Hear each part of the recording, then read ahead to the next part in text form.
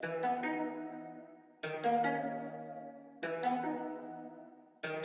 viens à côté de Cholet, dans le Maine-et-Loire, dans le 49. Déjà, mon scène, il est en rapport avec le dessin animé franco-canadien Sally Bollywood, qui passait beaucoup quand j'étais petite. Et vu que je voulais pas mettre mon prénom comme nom de scène parce que je le trouvais un peu pourri, j'ai décidé de lui prendre le sien, puisqu'on me disait beaucoup que j'y ressemblais. Je pense que Sally, on l'incarne en étant soi-même et en donnant plein d'amour aux gens. J'ai commencé la musique depuis toute petite. Ma mère faisait de la chorale et mon père chantonnait beaucoup à la maison. Ça aurait pu devenir un grand chanteur. Après, j'ai réellement commencé en postant des reprises sur Instagram en octobre 2017. Ma rencontre avec Laure d'Esperanza, ça s'est fait quand je postais des reprises sur Instagram. Je suis tombée sur son profil, j'ai aimé 2-3 trucs. Après, lui est tombé sur mon profil, a mis des commentaires sous mes covers et s'ensuit la procédure après d'écriture, de venir sur Paris, d'être dans des vrais studios et ça a signé en label. Toute la suite après, qui est logique.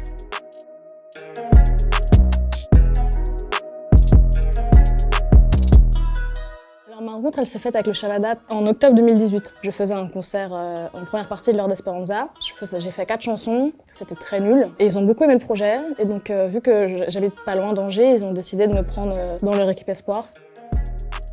Alors, les personnes qui m'accompagnent, il y a mon manager, Flavien, ma chef de projet, Agathe, mon label en tant qu'artiste du nom de Par Amour, mon label en tant que licence du nom de Columbia et mon premier éditeur en coédition avec Par Amour Piment et Universal Music Publishing. Et en tourneur Bleu Citron, dont Jade et Edouard. Quand je suis en session avec des producteurs, je leur demande de faire leur truc à eux. Et moi, après, je me ramène. Je dis jamais, OK, je suis dans tel mood, dans tel truc que j'aime bien en ce moment, donc je veux que tu fasses la même chose. Je pars toujours du principe que c'est lui qui fait son truc. Et moi, après, je le rejoins dans son truc. Et comme ça, je trouve que ça crée un nouveau truc. Je dis beaucoup trop fois le nouveau truc.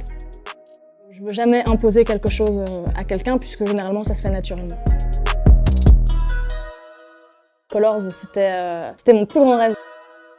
2 ans avant, je me suis toujours dit, pour moi, je veux dans ma vie faire un Colors dans les 2 ans qui suivent. Et au final, on l'a fait avant même que je sorte mon premier titre, donc j'avais vraiment rien. Et donc c'était fou de pouvoir, avec rien sur les plateformes, avoir l'occasion et la chance d'aller à Berlin faire ce Colors.